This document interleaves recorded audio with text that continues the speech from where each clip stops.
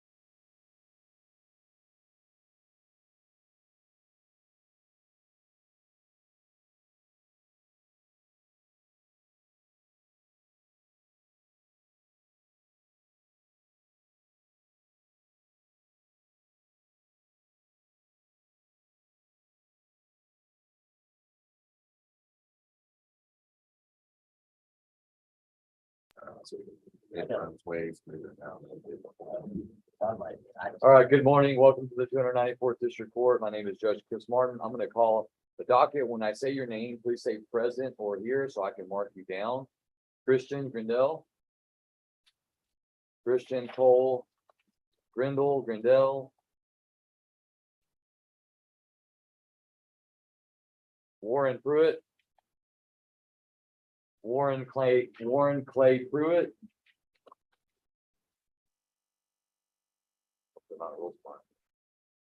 Tamara Reen. Brandon Sanchez. Robert Schultz. Robert Michael Schultz. Mr. White's on the hallway, and I don't know. Well, Mr. Schultz showed up to court yesterday on my family court docket. We told him to come back today. Just trying to help. Jason Chanel. Jason Todd Chanel.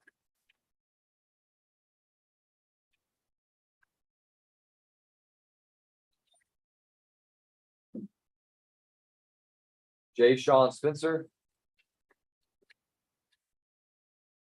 Kenneth Taylor.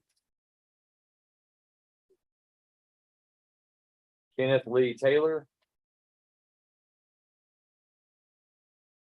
Lisa Trout.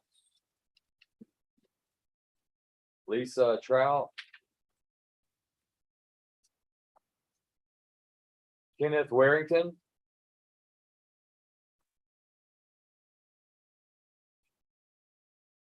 Kenneth Franklin Warrington. Lonnie Richardson.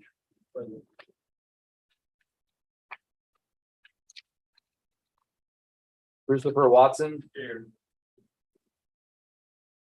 Jasdeep Nat. John Piercefield. James Bustamante. I saw Mr. Bustamante. Jatarian Johnson. Nathan Koppel. Here. John Rigney. Lana Calder. Your Honor, I'm in contact with her. People will leave the course at 1:30 today. She's about an hour away. She's heading this way. I can get her to Judge. So would you like her to do? Unless, are you planning on coming back at 1:30? I am at Will be at 1:30. I've got an ALR at 9. I can do whatever the court wants me to, but if you let her come at 1:30, it'd be more. I think you go anywhere you want. She was set for a plea. Yes, I would just return that. So we won't be leaving today. Let's get more and more complicated as you're asking questions. Yeah.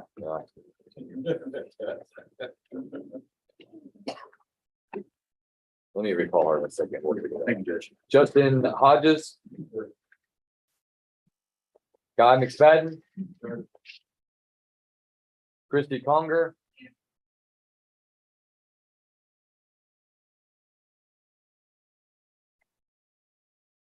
Mary Robinson. Here.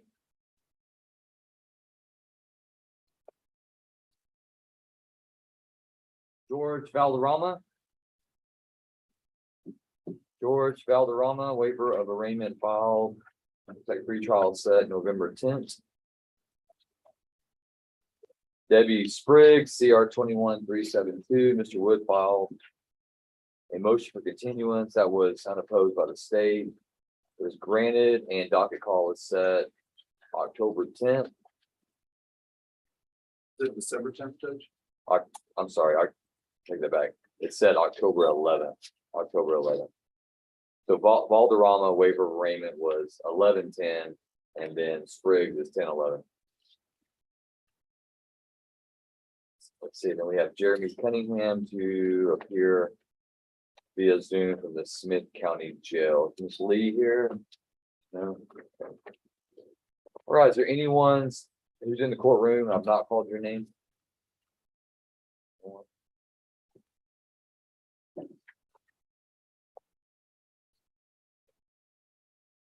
All right, Mr. Weiner, if you'll just reappear at 1:30 with your client. Thank you, Judge. I appreciate it. Maybe excuse. Yes, sir.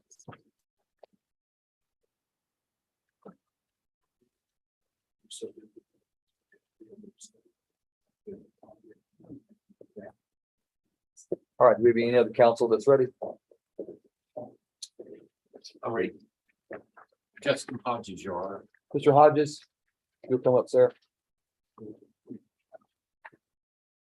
This is CR 22-148, right down the X. CR 22-148, State versus Justin Wayne Hodges, set for pre-call. Go ahead, Mr. It is, Judge. I'm going to ask for the pre-trial. Mr. Hodges had been locked up in the Nolan County Jail for several months. He was just released a couple, 2 or 3 weeks ago. We have not gotten together in office yet. So I would respectfully ask for another pre-trial. Any objections in the state? No, Your Honor. All right, court will reset Mr. Hodges for an additional pretrial. And are you available October 13th or October 25th?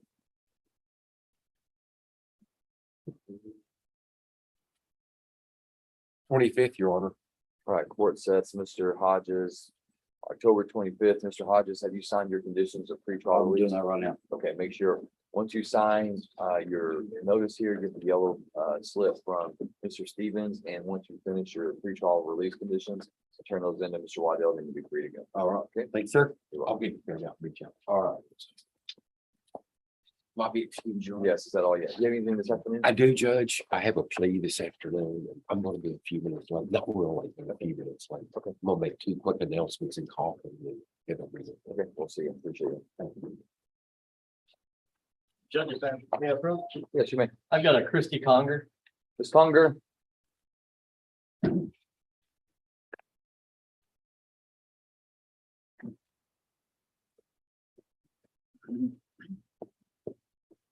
All right, this is CR 22-207. Ms. Conger is set for a pretrial. Go ahead, Mr. DeSace. Your Honor, at this time, we do not have any contested pretrial matters. I believe we have this case worked out. We would like to set it for a plea.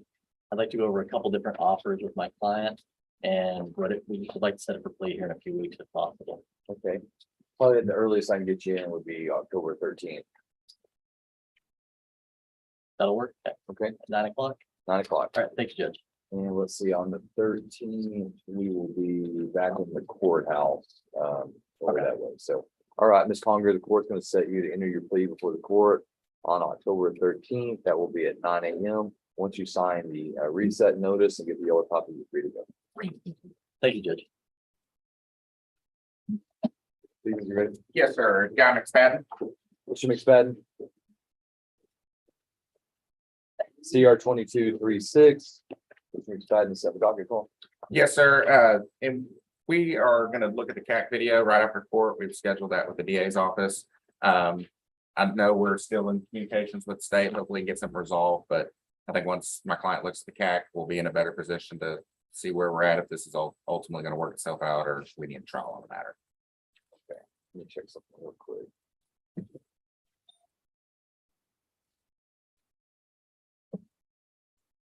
Steve, do you have any objection? No, Your Honor, I know that they did schedule to go in today, and I got some important piece of information for them to have. Let's see, I had this set for 2 final docket calls. I had a final docket call in July, and now one in September. And Your Honor, Any reason for the delay? I'm not opposed if we can put it on, if the court would prefer putting on, I guess, jury selection with the understanding that if, as long as we can get it something resolved right before it's in the top 10, the court will give us leave to still be able to resolve the case. I would have no objection. I'm not sure the updated policy. It's been a minute since I had a case put on the trial docket over here. The policy that I like and I seek to adhere to is once there's a rejection and we place on jury docket, then an open plea before the court. Just to urge that, I can give till October 13th, but that'll have to be the decision day. Yes, sir, that'll work, because that way he can look at the video and then we can have a final. All right, court will set Mr. McSpadden for docket call on October 13th. That'll be at 9 a.m. Thank you. May we be excused? Yes, thank you, sir.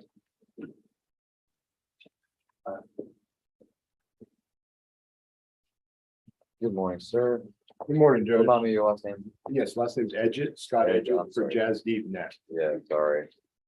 And we have a plea and then a pretrial diversion. All right. You Nat, if you come forward, sir.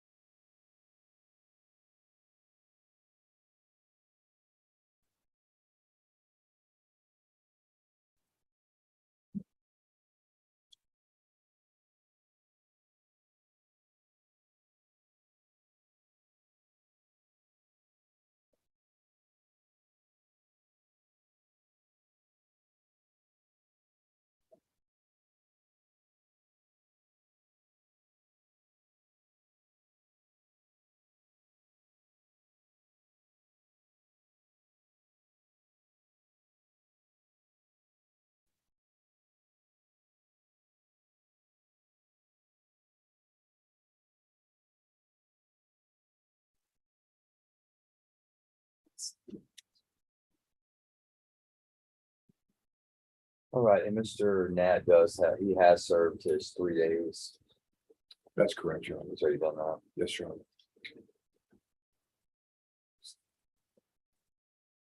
What days did he serve that? I believe this was his initial arrest, the state provided, because there was a thing where it said 2 days and they initialed that, made that change. I believe that was with his initial arrest. Because there were Mr. no, Woodward, can you confirm to the court that Mr. Nat has served his statutory required period of 72 hours? My understanding is that he has done 72 hours. Down at the bottom, it says 3. I believe it was just a typo that said 2. Right, but usually we have dates that don't do it on, the dates when he actually served it. Because it has to be 72 hours continuous rather than just saying 3 days. Meaning if he books in on a Friday night and gets out on Sunday morning, we would get credit for 3 days, but that wouldn't be 72 hours. Admittedly, I don't do a lot of misdemeanor pleas, so used to seeing some dates down here from the periods that he served. While he's looking that up, Mr. Nat, if you'll raise your right hand.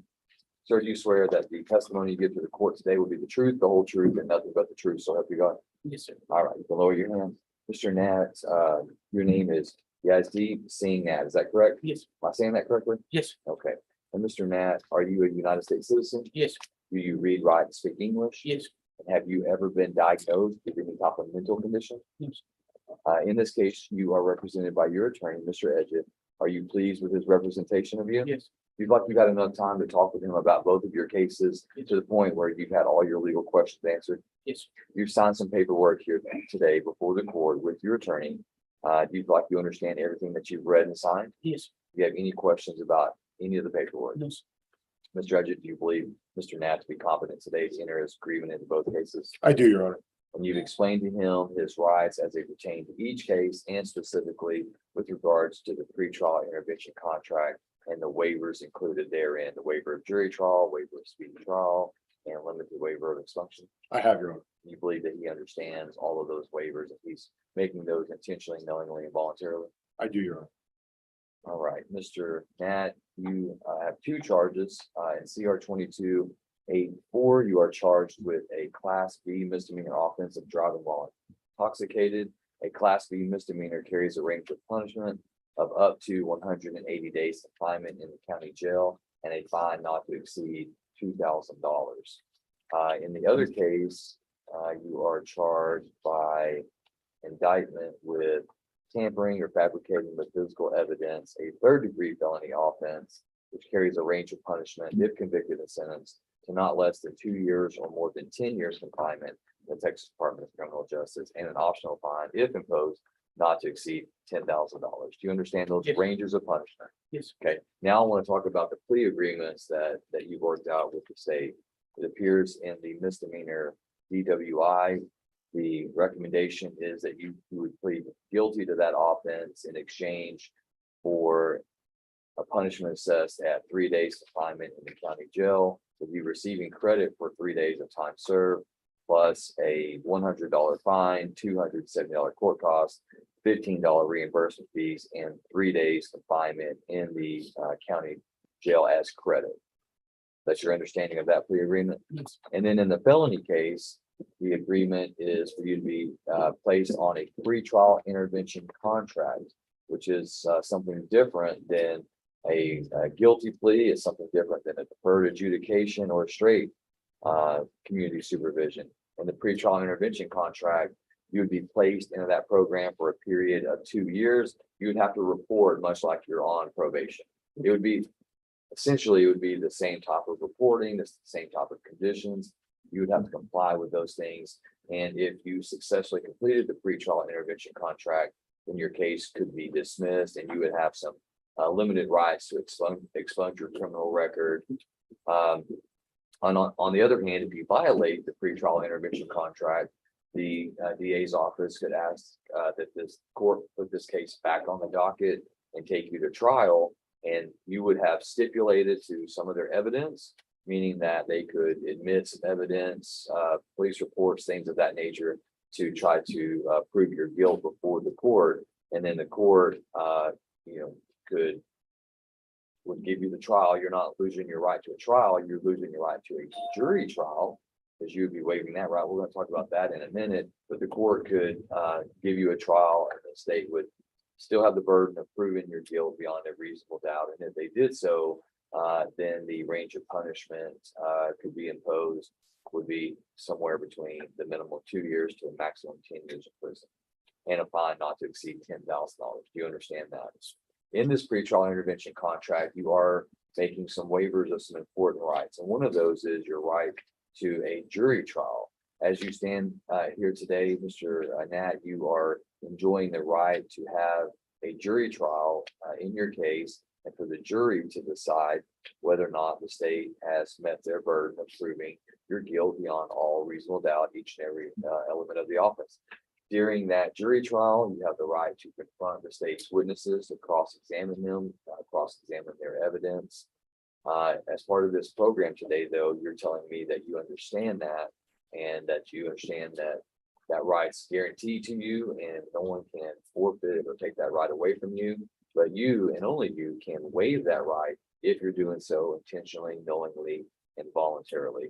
You've discussed this with Mr. Edgett, and you understand that once you waive this right, that right may not be restored to you, meaning you can't get on the program, see how you do, and then later say, Judge, I've changed my mind. I want a jury trial now. You understand that? Yes, sir. And has anyone threatened you, forced you, or pressured you to waive your right to a jury trial? No, sir. Okay. All right. And the court will find that Mr. Edgett, the waiver of jury trial appears to bear your signature as well. That's correct, Your Honor. And state, your signature's not on there, but the state is waiving its right to a jury trial. Is that correct? That is correct, Your Honor. All right. The court will find that Mr. Nat has been admonished as to his right of a jury trial and has potentially knowingly and voluntarily waived that, along with the assistance and advice of counsel, and the attorney for the state is waiving the state's right to a jury trial as well. You're also waiving your right to a speedy trial so that you can have time to be on this pretrial intervention contract program. You understand that? Yes. And you understand that if you successfully complete your pretrial intervention contract, the case will be dismissed, and then you can see the expunction of your criminal records. The only thing that you couldn't expunge, part of this agreement, is that you couldn't expunge the records that are maintained by the DA's office, and you couldn't expunge the records that are maintained by the probation department or the pretrial intervention program. Okay, you understand that? Yes. You can expunge your records with the state, expunge your records with the arresting agencies, but these two entities that are going to be administering this pretrial intervention contract program, you wouldn't be allowed to expunge their records. You understand that? Yes, Understanding all of these things, Mr. Nat, you wish to go forward with your plea today? yes. And Mr. Woodwhite, so he does have 3 days in and maybe I was mistaken about the 72 hours, but does he have the three? It is 72 hours. I've spoken to my legal assistant. The OCA has changed their form and we don't put dates anymore. We just put the number of days. I'm comfortable with him having 3 days. All right, thank you, Mr. Lewis. All right, Mr. Nat, so you still want to go forward? Yes. Okay, all right, Mr. Nat, then I'm gonna ask you at this time, how do you plead to driving while intoxicated at Class B misdemeanor? Plead guilty, not guilty?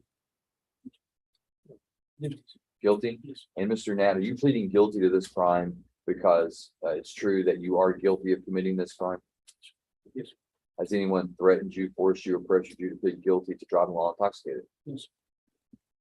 All right, court will accept the defendant's plea of guilt in CR 2284. Mr. Edgett, any objection to the state's evidence? No objection. All right, the state's evidence, which has been offered to support the plea, is admitted. The court will take judicial notice of the defendant's judicial confession. Court will find that Mr. Nat has been admonished as to his rights and waivers of those important rights of the pretrial intervention contract. The court will place Mr. Nat in the pretrial intervention contract in CR 2272. Fabricating, tampering or fabricating with physical evidence with intent to impair for a period of 2 years.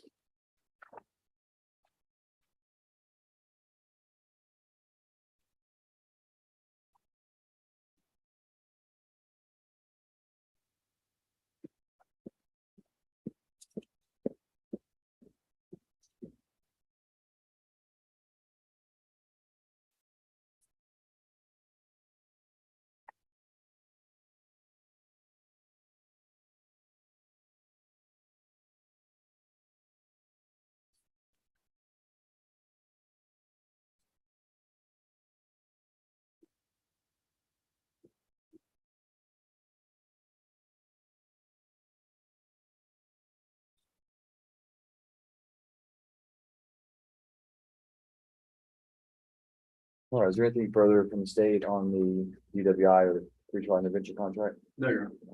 Mr. Edgett, anything further from the defense? Nothing really defense, Your Honor. Court's going to review the evidence.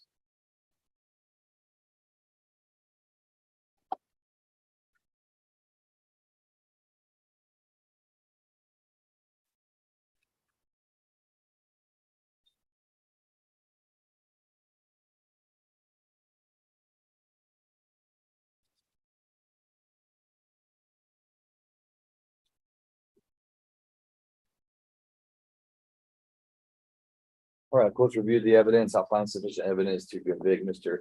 Nat of this offense. Court will follow the plea agreement in CR 2284. Court hereby convicts Jasdeep Singh Nat of driving while intoxicated, a Class B misdemeanor. Assesses punishment in accordance with the plea agreement at 3 days confinement in the county jail. Court awards Mr. Nat 3 days credit for time served towards his sentence. Court orders him to pay a $100 fine, $270 court costs, and $15 reimbursement. Mr. Edgett, Mr. Nat making arrangements to discharge any of the financials that he owes today? Yes, he'll be able to pay those fees, Your Okay. Honor. All right, And I so, believe he also paid the 500 for the pretrial intervention program. yes, sir, and I do appreciate that. I'll see the receipt here for that. So, Mr. Nat, once you get a copy of this judgment, you can take it over to the district clerk's office and you can pay your court costs and your fines, okay? Yes.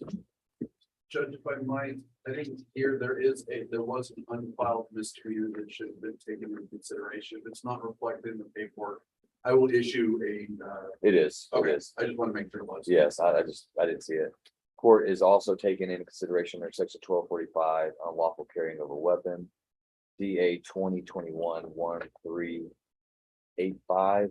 And the court is also making a judgment on forfeiture of weapon as contained in that unlawful carrying. offense. Thank you. I just want to make sure it's all going this business. I appreciate it. Thank you. All right, Mr. Nat, I'm gonna have you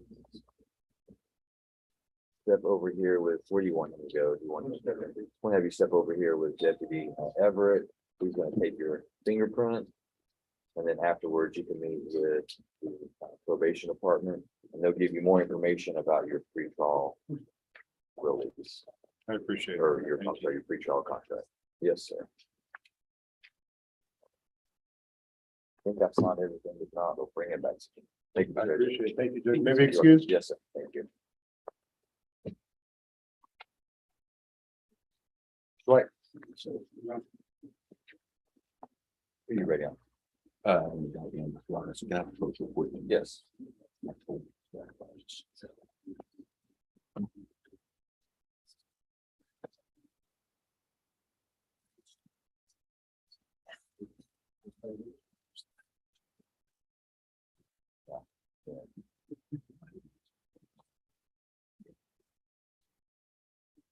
Oh, yeah. Mary Robinson, CR 22194.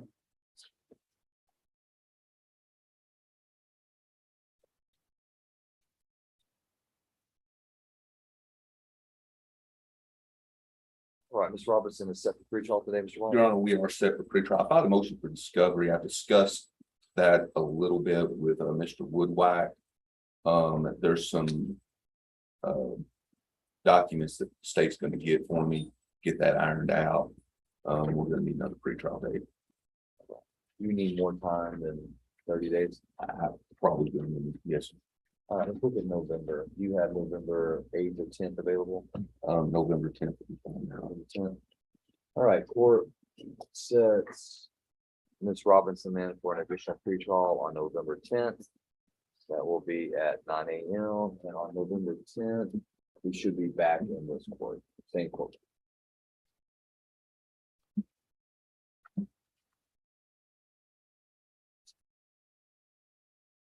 What was that cost number, Your Honor? It is CR 22194.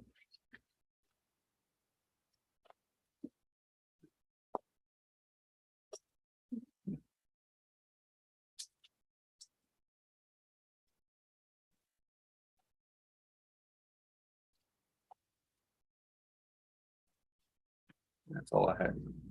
All right, thank you, Mr. White. You're free to go.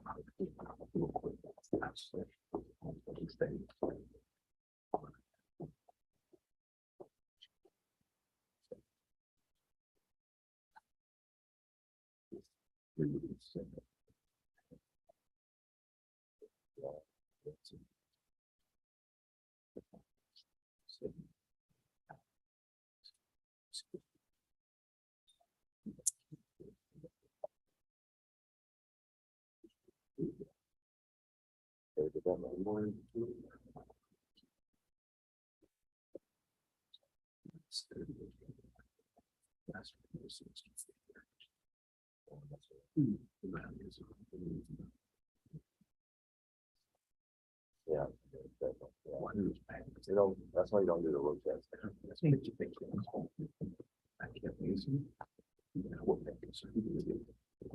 Don't go out there. I guess I've heard.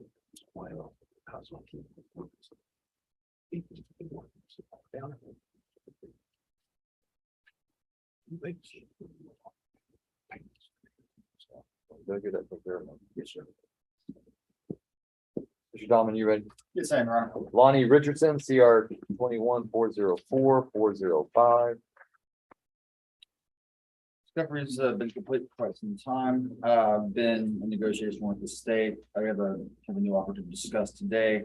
I'd like to set it for a final docket call to see if I can persuade the state to cross the line they have heretofore been unwilling to cross. Say, do you think you're gonna cross that line? Judge, Mr. Dahlman indicates that he's gonna gather some information, try to persuade me. I think it's unlikely, but never say never. State would be unopposed to one final docket call for final decision, whether we're gonna resolve this by a plea or set the trial. What's taking so long in getting the evidence? Cause he's been on docket call since June. So this is his Kind of fourth been a one. change in his jobs that have kept him traveling quite a bit. It's made it difficult for us to meet. All right, so we're gonna have to get that done. Otherwise, it's gonna be docket call's gonna come and go, and then court's not gonna accept any kind of pleas after that, I'm other saying than an open plea. So, October 13th. May I, one second, take a look at my calendar, Judge. We got October 13 or 25. October 13th works just fine. I should be in trial. All right, court sets Mr. Richardson for a final docket call October 13th. That will be at 9 a.m. and we'll be back in the courthouse, the lower level, lower small courtroom.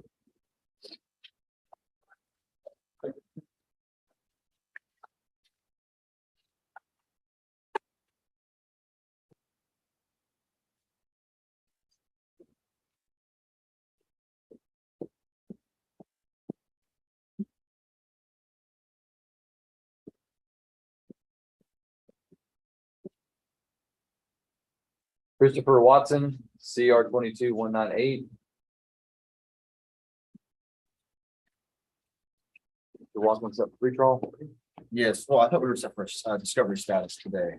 There was quite voluminous discovery for me to pick up. I have received all of it so far.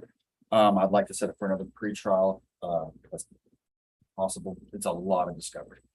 Judge, we had made arrangements with Mr. Dahman to turn over discovery. He gave us a jump drive that was not as voluminous as it needed to be because they are extensive records. We believe that has been resolved, but I would be unopposed to that. Yeah, I got a big enough jump drive to them. And I picked it up this morning. I would be unopposed for another pretrial to allow him time to review those voluminous records at this time. All right, court will set Mr. Watson for pretrial on October 13th. 9 a.m. Thank you, Your Honor. Excuse me. Once you sign and get your yellow copy, you're free to go, Mr. Watson. Yes, sir. Who's like first? Mr. Rigney. CR 2307.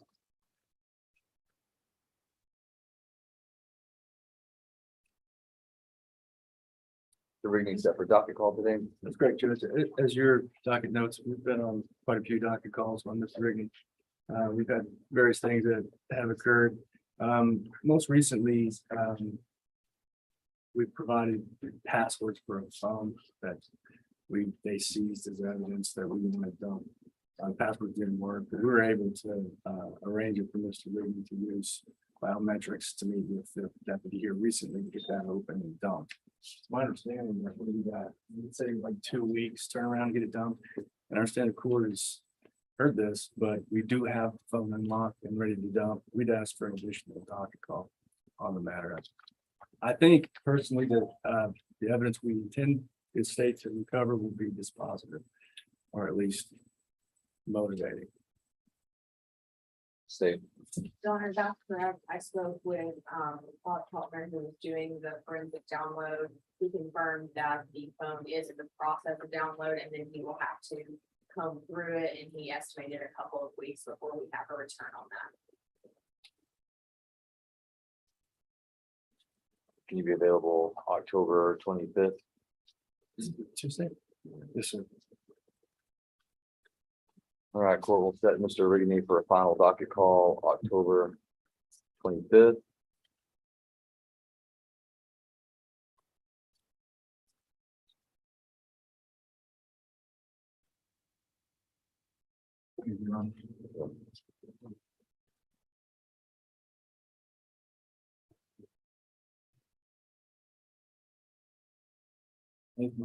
Captain.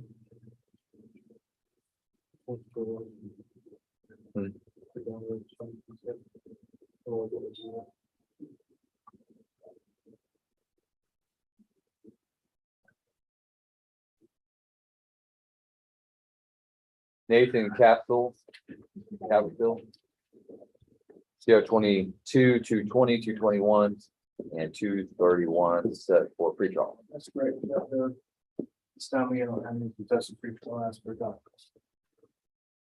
There being no contested pretrials, court sets docket call October 25th at 9 a.m.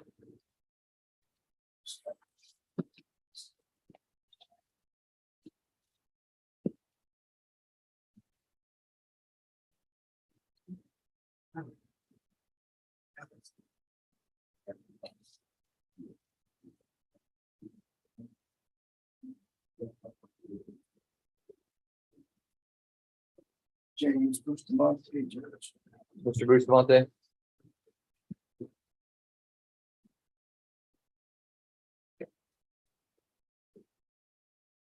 The CR 21-9 and CR 21-281, the docket call. That's correct, Judge. I think we're ready to wrap this case up. We'd ask that the matter be set for a plea on that 25th.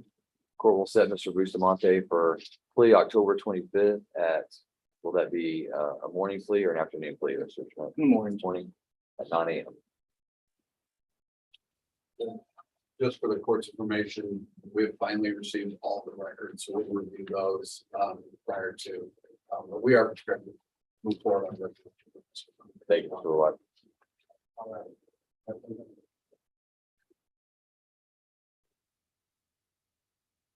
Terry Ann Johnson.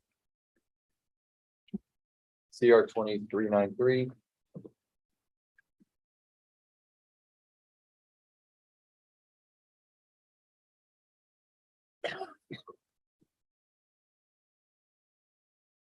All right, Mr. Johnson, if you'll raise your right hand, sir, I'm going to place you on the oath. Sir, do you swear that the testimony you give to the court today will be the truth, the whole truth, and nothing but the truth, so help you God? Yes, sir. All right, you can lower your hand. Mr. Johnson, your name is Jatarian Liddell Johnson, is that right? Yes, sir. Mr. Johnson, are you a United States citizen who does read, write, speak English? Yes, sir. And Mr. Johnson, have you ever been diagnosed with any type of mental condition? No, sir. In this case, you're represented by your attorney, Mr. Richard Schmidt. Are you pleased with his representation? Yes, sir. You feel like you've had enough time to talk with him about your case and have all your legal questions answered? Yes, sir. Is there anything about the paperwork, Mr. Johnson, that you've read over and that you signed today that you do not understand? No, sir. Mr. Schmidt, do you believe your client to be competent today? I do, Judge. And you've explained to him his rights as they pertain to this case? I have. Mr. Johnson, it appears that you have been indicted with a state jail felony offense of possession of a controlled substance in penalty group 2 less than 1 gram. That typically carries a range of punishment of not less than 6 months in prison to a maximum of 2 years in prison and a fine not to exceed $10,000. I see the plea agreement in your case is that it would be changed to where you would plead guilty to a lesser offense under section 1244A. Is that correct? Judge, actually, he was indicted for, we're pleading to a lesser included state jail, pleading to 1244A. The indictment was, it was a hybrid first. So we were pleading to the lesser included possession on the state jail and then punishment at 1244A.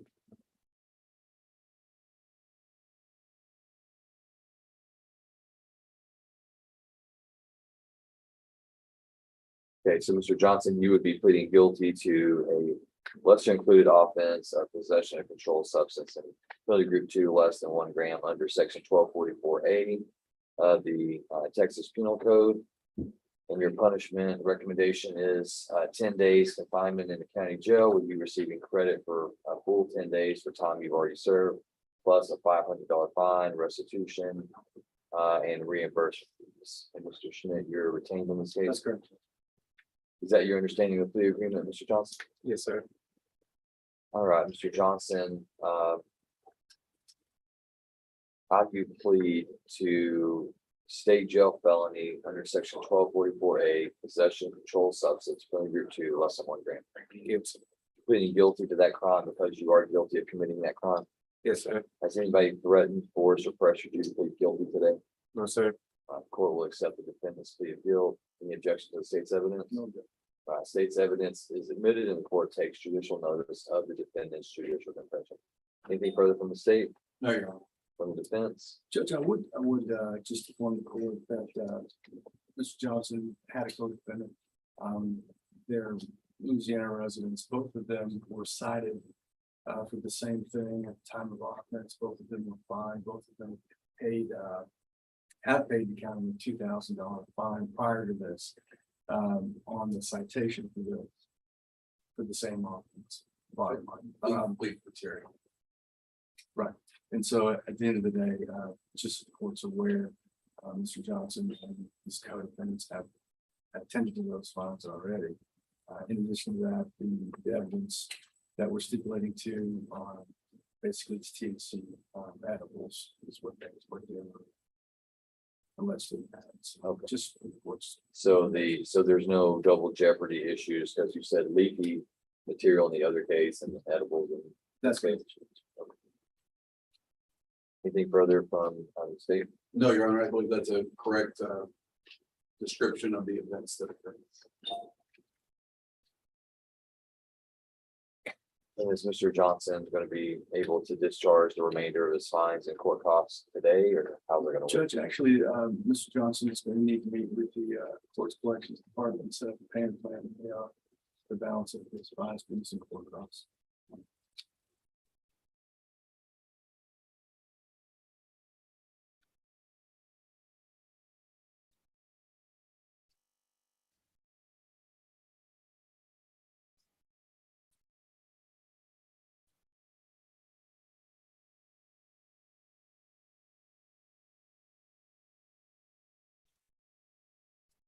All right, the court's reviewed the evidence. The court finds sufficient evidence to convict Mr. Johnson of this offense. Court will follow the plea agreement in this case. Court hereby convicts Carrie and Lindell Johnson of state jail felony possession of controlled substance penalty group 2 less than 1 gram. Court assesses his punishment pursuant to the plea agreement and section 1244A of the Texas Penal Code at 10 days confinement in the county jail. Awards him credit for 10 days time previously served. And also orders him to pay a $500 fine, $180 restitution, $290 court costs, and $105 reimbursement. Mr. Johnson, once you receive a copy of this judgment, I want you to go over to the courthouse, meet with the court's compliance officer so you can make arrangements to discharge what you owe the county. Your failure to go and meet with her and or failure to comply by paying what you owe will result in the court issuing a warrant for your arrest. Do you understand? Yes, sir. Mr. Schmidt, can you sign that one?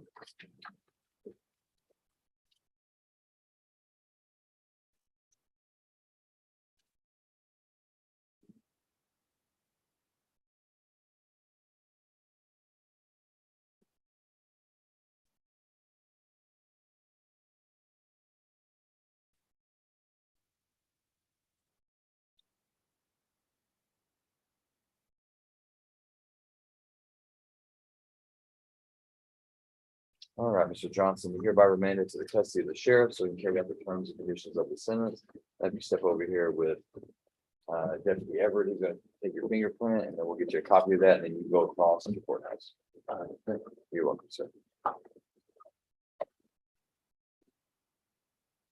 Judge, Jonathan has John Piercefield, I think he's aware of the fence out against the Chester. We're ready to finance if you want. Okay. Mr. Piercefield, DR 2275.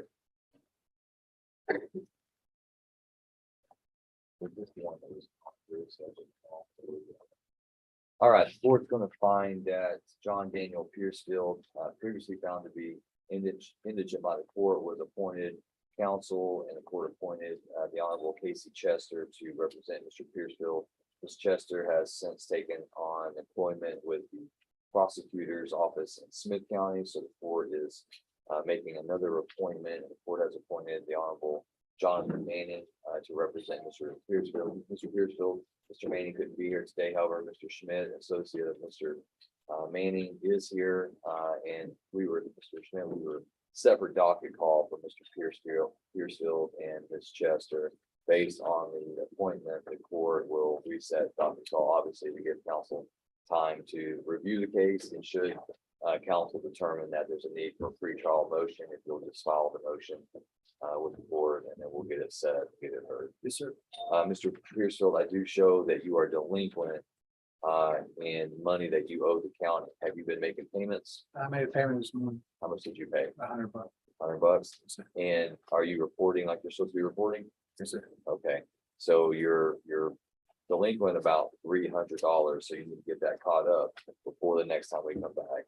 Yes, And we can reset, Mr. Manning on that 13th, October 13th. That Thursday. That's a Thursday. All right, court will reset Mr. Piercefield to October 13th at 9 a.m. And Mr. Pearsall, I showed that you were also delinquent on money that you owe on an old felony case, CR 14148. Are you meeting with a court compliance officer to pay on that? I can make a payment today. Okay, so how much can you pay on that today? 50? Yes, All right, I want you to, are you paying monthly on that one as well? I'm trying to. Okay, what I want you to do is, once the probation department is through with you, if they don't need you, then I want you to head over to the courthouse, go up to the third floor, meet with Miss LaPrade on the west end Yes, sir. and talk to her about making a payment, or you just go to the clerk's office and make a payment, but you need to get with her so we can get you on a plan where you don't want to walk in this courtroom and have a warrant for your arrest because you quit paying attention to this, okay? Yes, sir. All right, so go ahead and do that and get your yellow notice head across to the courthouse. All right.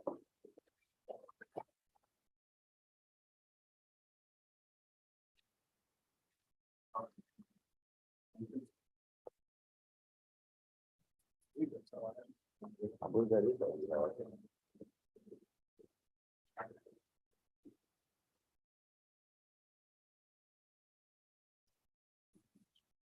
So let me check with Danny, has anyone shown up over there that like Schultz? Oh, Schultz. is He here? just. Well, I was- okay, good. Okay. Judge, we understand that he will be a plea as long as everything goes written plan. That's our understanding. Mr. Sanchez. Let's see, our 22-251. Good morning, Mr. Sanchez. All right, you're Brandon Lee Sanchez? Yes, sir. Mr. Sanchez, this is cause number CR 22-251. You are set for arraignment today on a third-degree felony offense of possession of a controlled substance of group 1 or 1B, and the amount is greater than 1 gram, less than 4 grams. The range of punishment for a third-degree felony is, if convicted and sentenced, is confinement not less than 2 years in prison, up to a maximum 10 years in prison, and an optional fine not more than $10,000. Do you plan on hiring an attorney? Do you plan on requesting court-appointed attorney? What's your plan on how to deal with this case? Court-appointed attorney. Court-appointed? Okay, so there's gonna be a form right here with Ms. Abraham. I'm gonna need you to fill this out. And then once you fill that out, you'll turn it back into her and then we'll review it. If you meet the financial requirements, the court will appoint you an attorney. If you don't, then we'll need to revisit about how much time you'll need to hire an attorney, okay? So go back there with Ms. Abraham and she'll give you that form and you'll fill that out.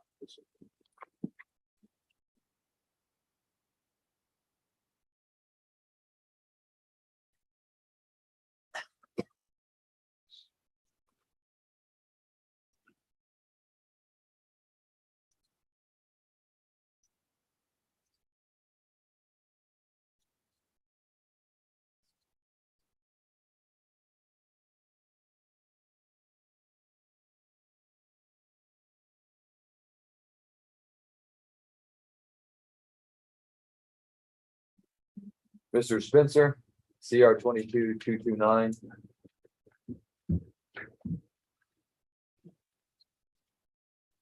All right, Mr. Spencer, did you hire an attorney? Oh, no, sir, I didn't get the chance to, because I recently lost my job, so I haven't, and I had to move, so I haven't had any chance to get an attorney. So what are we gonna do? Then, could I get a court-appointed attorney or, Have you asked for a court-appointed attorney before yes, and you were denied? they based on- didn't tell me if I was denied or, Who didn't tell you? I didn't tell you? yes, sir. You told me I didn't tell you whether or not you were No, denied? you just said that I needed an attorney. You sure? Yes, sir. I don't think I ever tell anybody, hey, you just need to get an attorney. If you requested court appointed, I would tell you if you met or if you didn't meet. And if you didn't meet, then I would tell you, you need to go hire an attorney because you don't meet. Give me a second, let me look it up.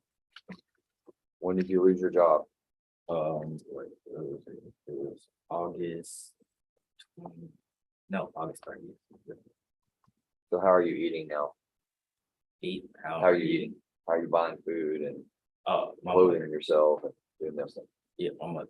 Your mother's taking care of you? Yes, sir.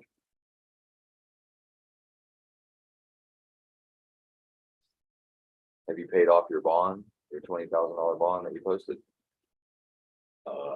Not sure if it's completely paid off. But I'm still doing payments.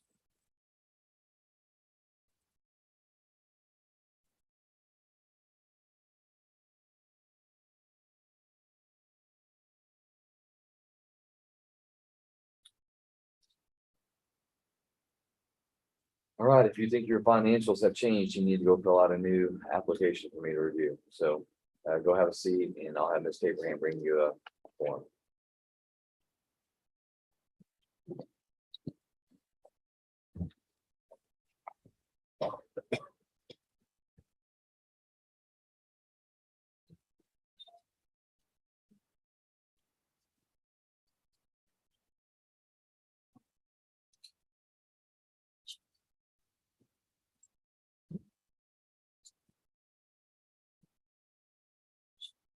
This will be come back here. That's the one, since one of those things, but- Yeah.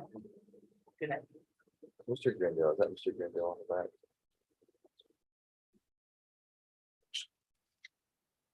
Yes, yeah. She gave you two notes. Oh, Question. Make copies.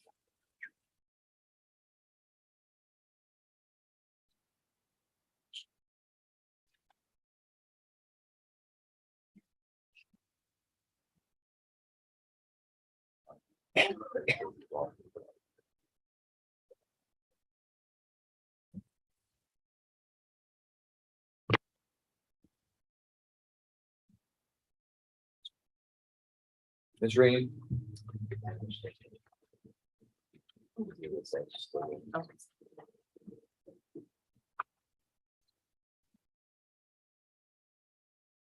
All right, this is cause number CR 21366, sanctions court hearing for Tamara Reen.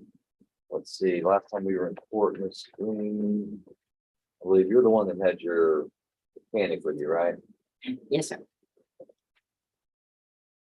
Did you have your surgery? I did Did it go well? very well. Very good.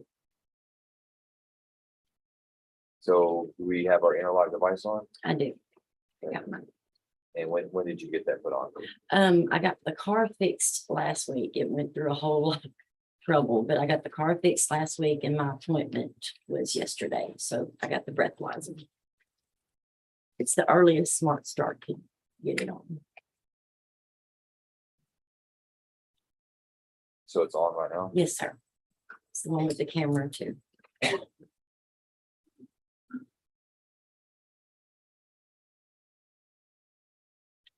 Have you provided a copy of this to your probation officer? Yes, well, I see him Friday and I'm gonna bring that copy.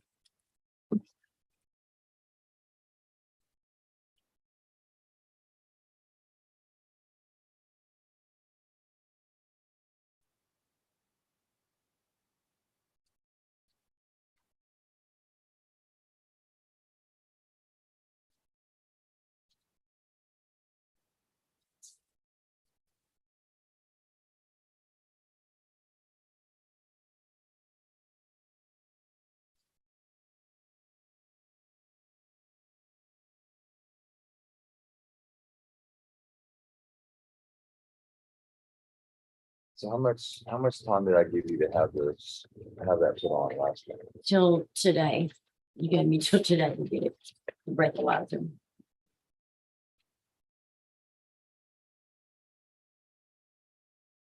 Okay.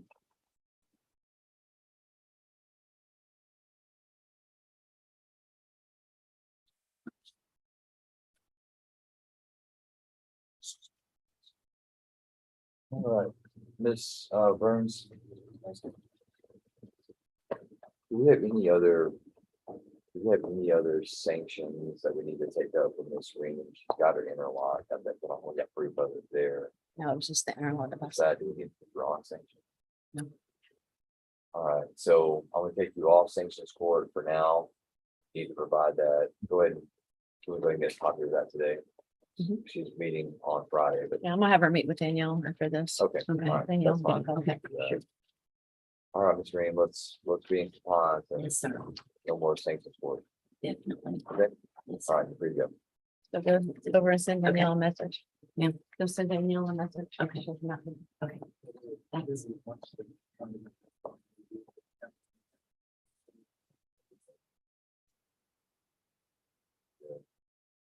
Christian Grindell.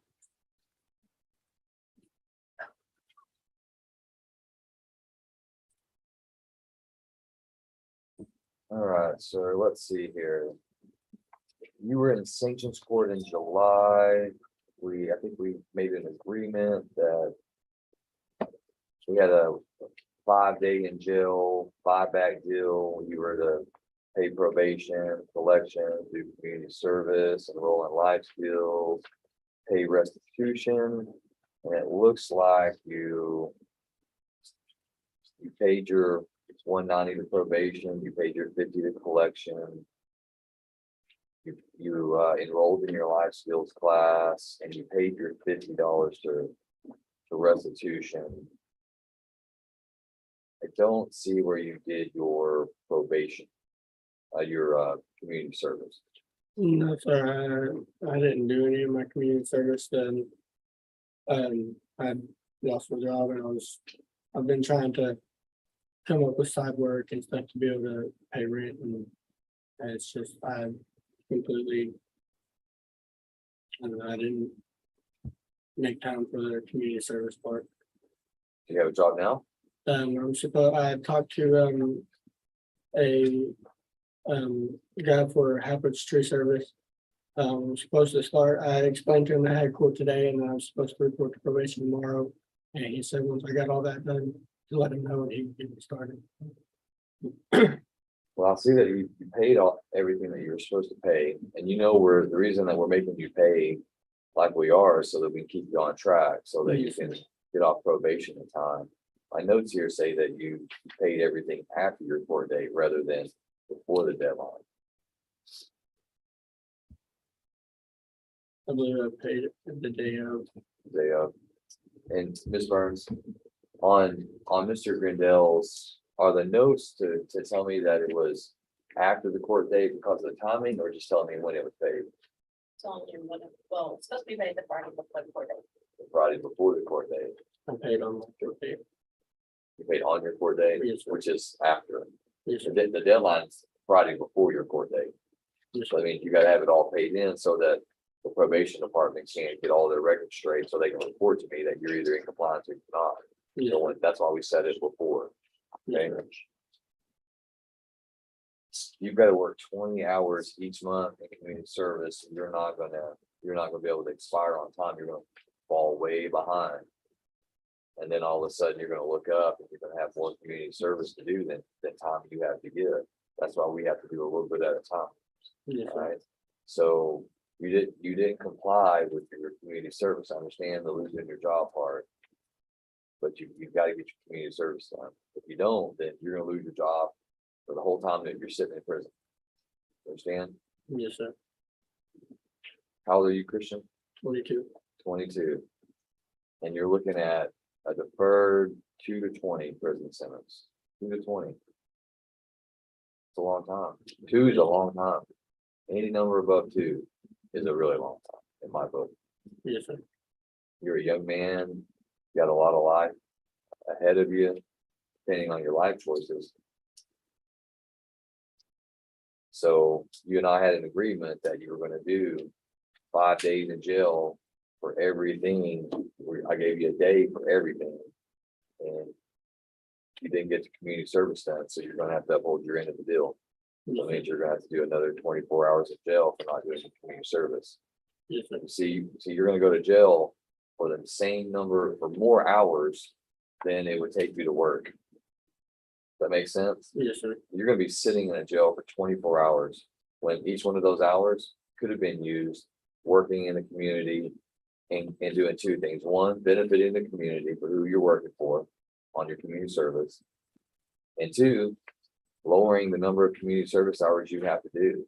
But now you're gonna fall further behind because I'm gonna take another 24 hours out of your life that you could have been using for this. That's not a good trade-off. Sitting in jail. So you're gonna be doing 4 hours more sitting in jail than you could have been doing if you just did the community service. So if you're not working, then you should be able to knock out your community service. If you don't have a job, you should be able to go out and work first Monday and get 20 hours a weekend, 30 hours a weekend, whatever it is that they're offering, and knocking this stuff out. Okay, so Christian, I'm gonna sanction you 24 hours of jail for paying your fees late and not doing your community service. I'm not gonna, even though I technically could say you didn't comply because you didn't pay when required, I'm not gonna make you do 5 days. I'm gonna give you some benefit for that, but you're gonna have to do 24 hours. You wanna do that sanction? Yes, sir. All right, so what I'm gonna do is I'm gonna order you next month. You're gonna come back on October 25th. And you're to pay $215. Have like this notice to say, you're to pay $215 to your probation department, $60 to the court collection, and you've got to do that community service.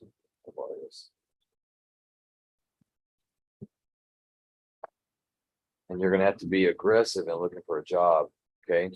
You may have to do things that you don't want to do in order to avoid going places you don't want to go. That makes sense? Yes, sir. Means you may have to get a job doing something that pays the bills so that you can take care of your court obligations, so you don't end up in jail.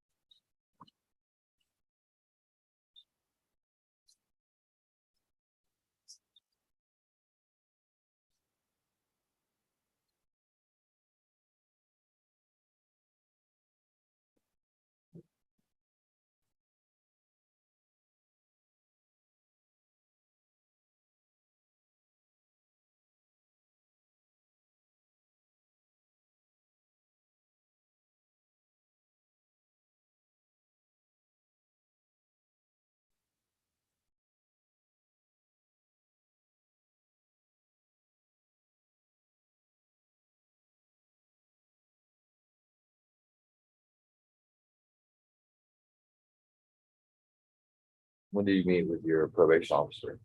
I'm supposed to meet with them tomorrow at 2. Tomorrow too?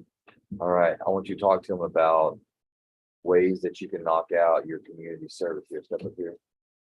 Have your sign right here. It says defendant, these are the things you're gonna do. This is the date that you're gonna come back, and the time, that's the date that you're gonna sign right there. I'm gonna give you a copy.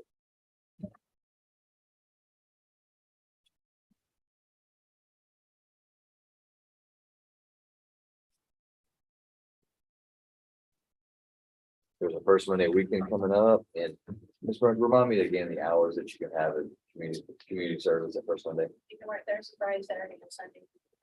They can work, get a total of 50 hours. Hear that, you get 50 hours working Thursday through Sunday. That could get your 20 done and give you 30. You say 50 hours? That could get your 20 done and give you 30 to get caught up. Okay, and you have to work all of those, or can you work 1 here, 2 there? You can work it out when you want to. So first Monday weekend's coming up. So that's an opportunity that you can do what you gotta do, get that done, okay? So I want you to talk to your probation officer about working first Monday this coming month, okay? Yes, sir. All right, you're good to go.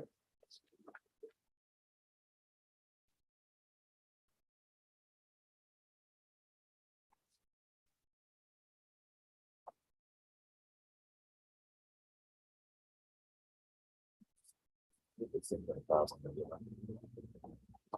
Yes.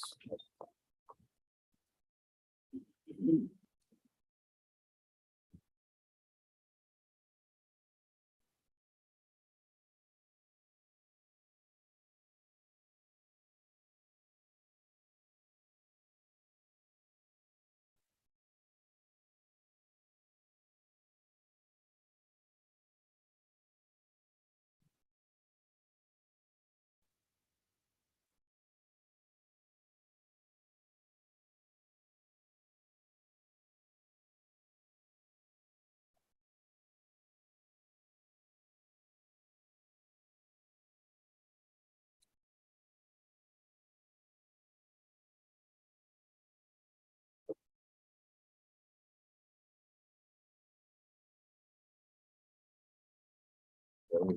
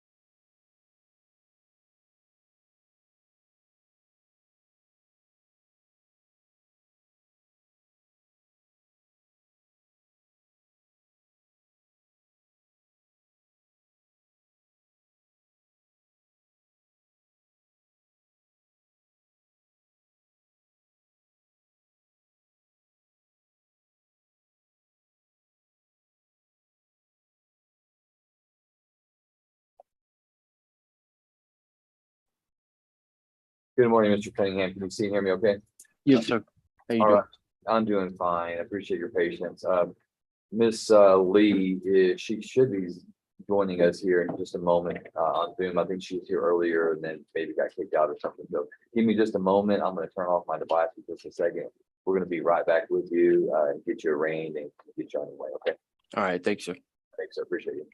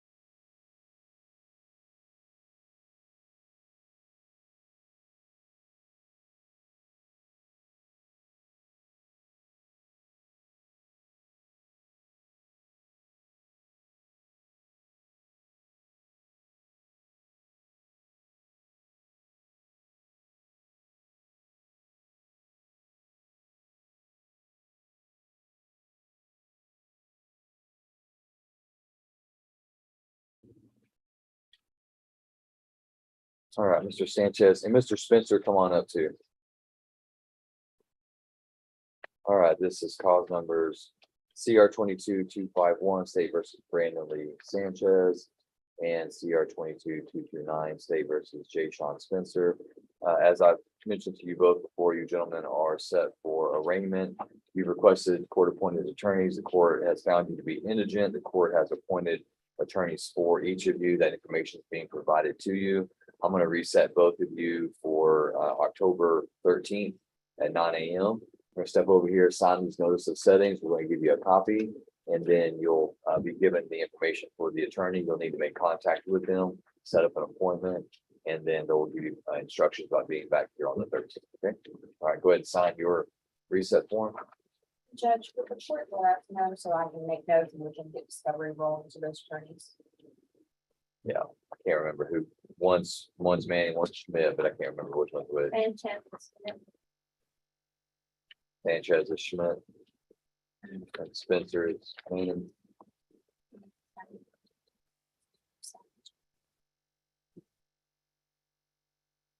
Mr. Spencer, before you go, I need to see you. You too, Mr. Sanchez. Let's see. All right, Mr. Sanchez, I want you to go across to the courthouse, go to the third floor. I want you to speak with Miss Bonnie LaPrade. She's the court compliance officer. I showed that you have an older case and you're delinquent some money on that. Can you make a payment on that today? I can't today, but I will be able to next week because I just started that job. So that's why I was just paying what I could on that. I was gonna pay that whenever I got paid. Okay, go check in. Have you told her that? No, sir. Go check in and tell her. Okay, Yes, sir. and then you'll be free to go. Okay, thank you.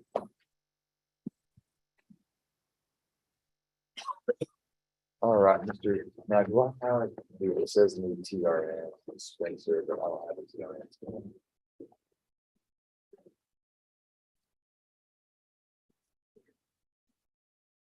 We need So what else then?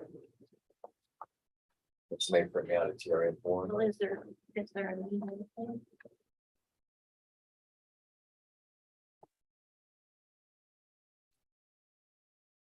Someone says you should be on. Honestly, it's not. Says. I think I'm in. She's not. Hang on just a second, Mr. Spencer.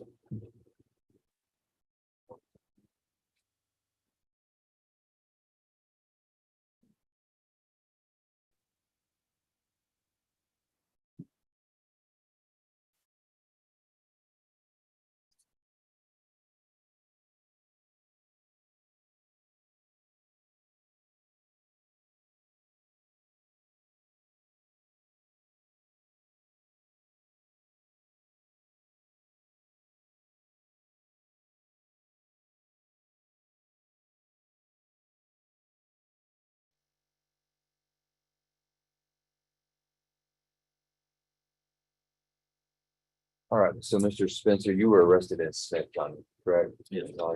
All right, so what I'm gonna do is I'm gonna get an order. It's gonna be called the TRN processing order. I'm gonna sign that. What I need you to do is take it to the Van Zandt County Jail out here on Highway 64. Going west, like you're going back towards Dallas and Interstate. You go this way past square. Instead of going back to Tyler, you go the opposite way on 64. Okay, it'll be on your right. It's called the Van Zandt County Justice Center. You'll take that order, go in there, show it to them. What they're gonna need to do is they're gonna need to take your fingerprint so they can report that to the state. That's all they need from you. They didn't get your fingerprints because you were arrested in a different county. Okay, so you're not gonna have to, book in, book out as far as changing out, going to cell and all that. We'll just bring you in, fingerprint jail, and you go. Okay, so go ahead and have a seat, and whenever the state hand gets back, I'll sign that order. We'll get you a copy of it, and then y'all be free to go. But I need you to do that today. Okay.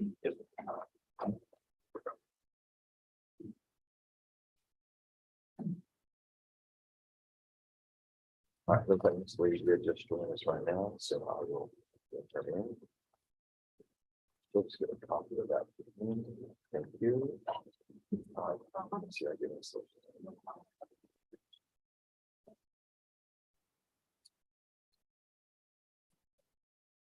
All right, Mr. Cunningham, if you'll undo for me there.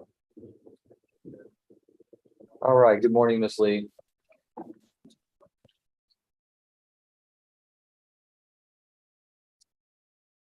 You're on mute, Miss Lee. Can you unmute your phone?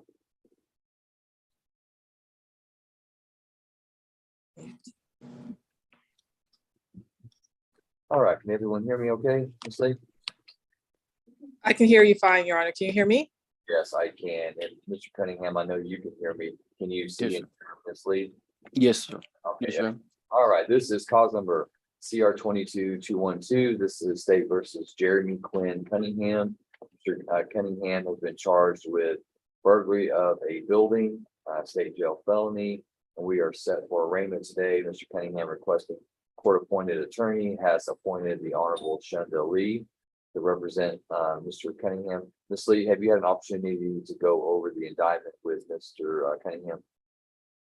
No, I have not, Your Honor. Mr. Cunningham has been in Smith County during my entire time of representing him once this charge was indicted, Your Honor. Just a moment here. What I'll do is I will pull up the indictment for you.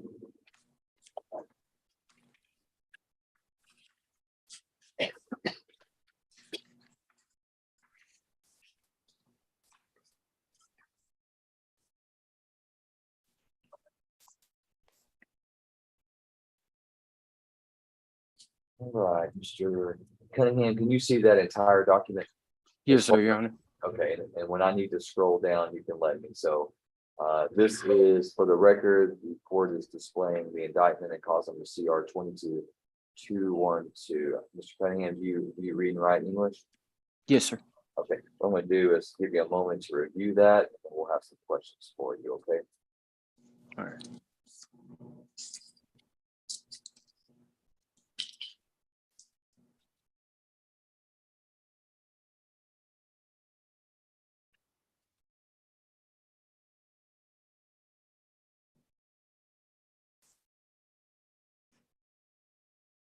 All right, Your Honor. All right, Mr. Cunningham, is your name spelled correctly in this indictment? Yes, sir, Your Honor. And Mr. Cunningham, you're charged with a state jail felony offense of burglary of a building. If Yes, sir. convicted and sentenced on that, the range of punishment is not less than 6 months in prison, nor more than the maximum 2 years in prison and a fine not to exceed $10,000. Do you understand by reading this indictment what the allegation is against you? Yes, sir. You understand what's being alleged. It's an allegation, right? So you Yes, sir. understand the charge, you understand the range of punishment, and you understanding what the accusation is. Is that correct? Yes, sir, Your Honor. All right. And Miss Lee, would you like to enter a plea on behalf of your client? Yes, Your Honor. I enter a plea of not guilty on behalf of Mr. Cunningham. All right, court will find that Mr. Cunningham's name is spelled correctly in the indictment. He's been admonished as to what he's been charged with and the range of punishment. The court will enter his plea of not guilty into the record, and we will now set this for pretrial hearing. Let's see, court will set. Are you available for pretrial on October 25th, Miss Lee? Let me check. While she's checking that, Mr. Cunningham, do you have charges in Smith County? Oh. Yes, sir, Your Honor. Okay, and do you know when your next court date is in Smith County? Actually, Your Honor, I can tell you that. That's what I was actually looking at, because I am free on October 25th, but I do not believe that Mr. Cunningham is free. I think I've got it October 14th is my arraignment. And Okay, I don't have my plea agreement until November 28th. okay. I have here that I have here that your arraignment is on 10/24. Yeah, and then, yeah, your pretrial is on 11/28. So yeah, so that the sweet spot, October 25th is correct. Okay, and if Mr. Cunningham is still in custody, then we'll try to coordinate with Smith County again for a Zoom call, for a Zoom hearing on the pretrial. So court's going to set Mr. Cunningham then for pretrial on October 25th. That will be, we'll actually set that in the, Ms. Abraham, will we set that in the afternoon? try to set that in the afternoon, and we'll be in contact with Smith County detention officers to arrange that. So that would be at 1:30, Ms. Lee. Do you have any scheduling issues on that day and time? I have no scheduling issues, Your Honor. Okay, all right. So the state will be, state, have you set up Ms. Lee in the portal to receive discovery? We'll take care of that. All right, state's gonna be setting up the portal for discovery for you, Ms. Lee. So if you'll review that and then file any pre-trial motions that you believe that you need to file at least 7 days before that October 25th hearing, okay? Okay, thank you, Your Honor. All right, thank you, Mr. Cunningham and Ms. Lee. You are free to go. And thank you to the Smith County detention staff for assisting us today. Thank you, Your Honor. You're welcome. You have a good day, sir. Yes, sir.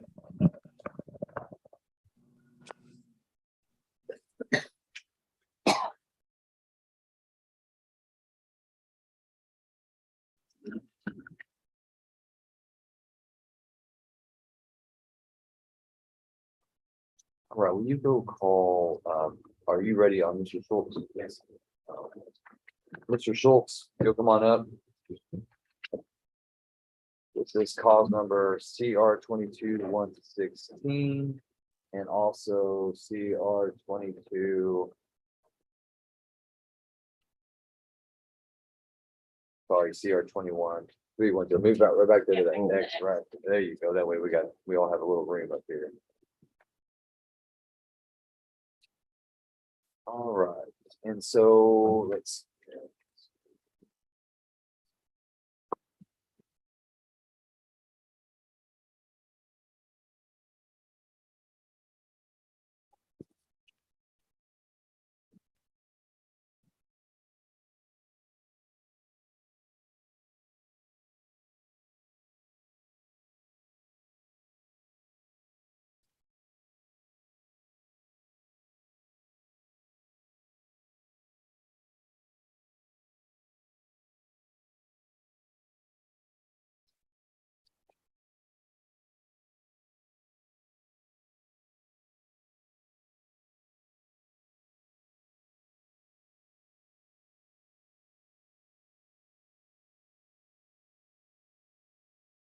All right.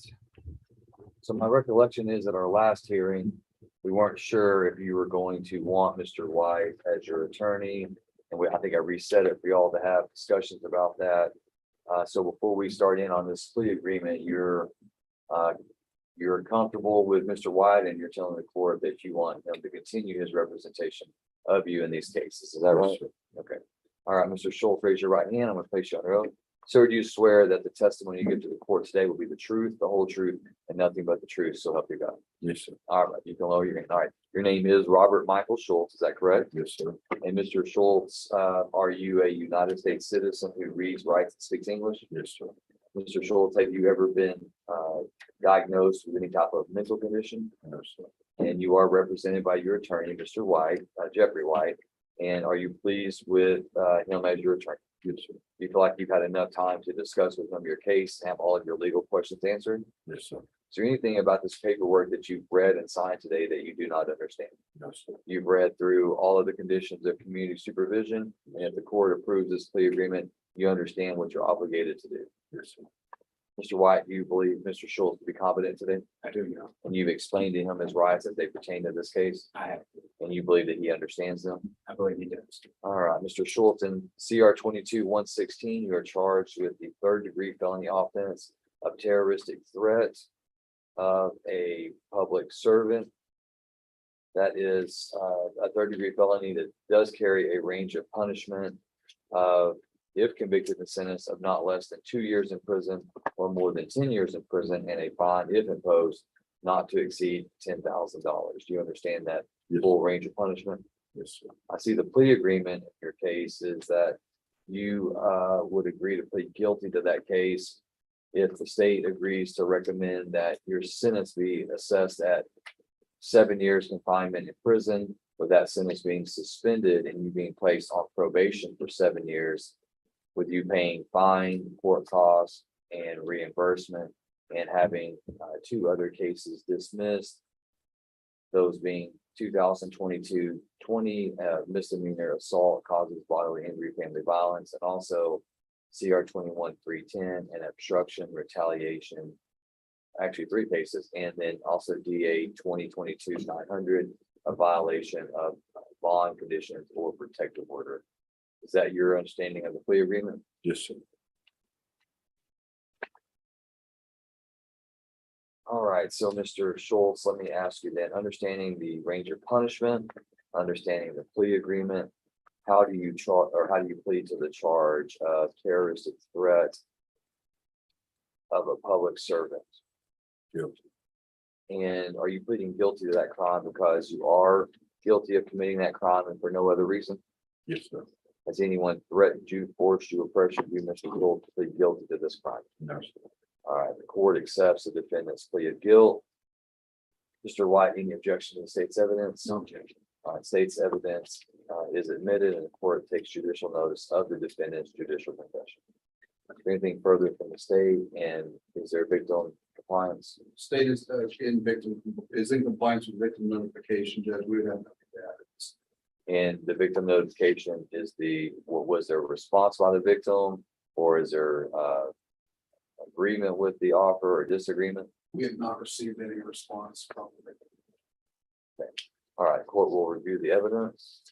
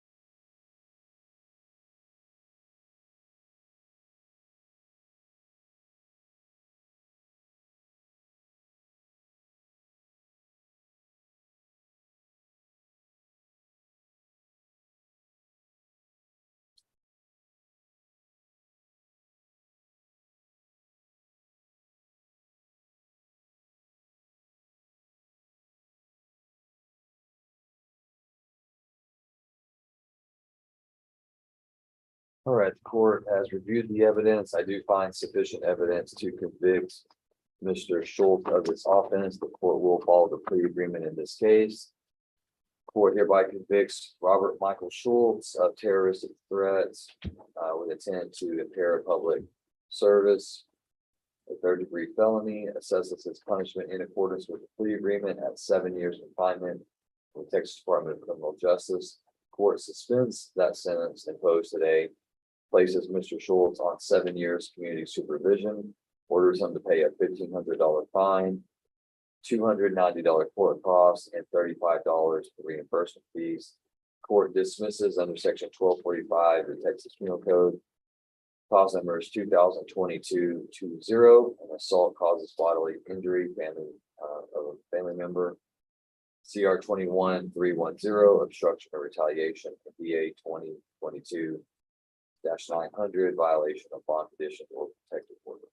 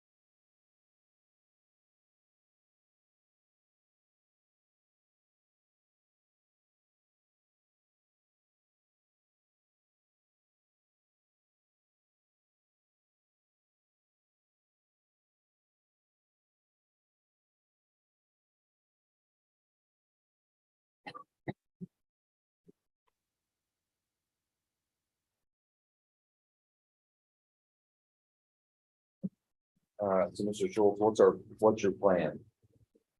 Tell me your plan as you leave here today. You're right. Do right? How are you gonna do right? How are you gonna do right by the court? Don't do what I was doing right there. Hmm? Don't do what I was doing. Well, I agree with that. Don't do what you were doing, but you also have some other conditions here that are gonna help guide you in doing right. There's no drugs, no alcohol, report, pay, do your community service. No crimes. That means no crimes. That means no more threatening, no more doing the things that you were doing. Yes, sir. All right? Yes, sir. If you violate those, state's gonna bring you back, and they're gonna present evidence to the court. And the next stop will be prison. Yes, sir. Okay? Yes, sir. All right, Mr. Schultz, you're hereby remanded to the custody of the Van Zandt County Sheriff, so you can carry out the terms and conditions of the sentence. Step over here with Deputy Everett to be fingerprinted, and then the probation department will give you more information. That's all I have today, man. Excuse. I don't know. Let me think about it. I've got to be the last one in the court, at least the last 3 days. I don't know. Should we let him go? You think that- I'm gonna defer to Mr. Woodward. Mr. Whiteby, can he be excused? State is not objecting. Thank you. Speaker's right. Wait, I need to break. Take your information sheet. No, no, go with people. Be careful with this, sir. 100%.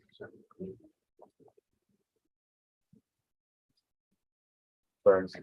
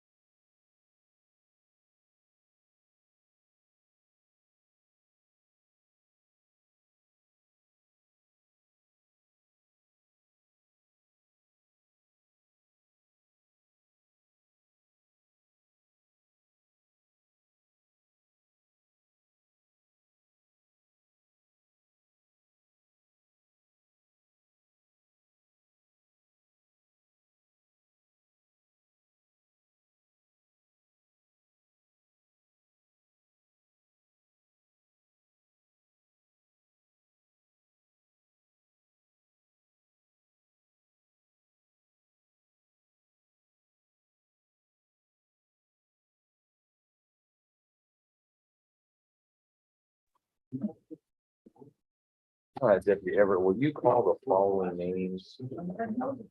Warren Pruitt. Warren Pruitt.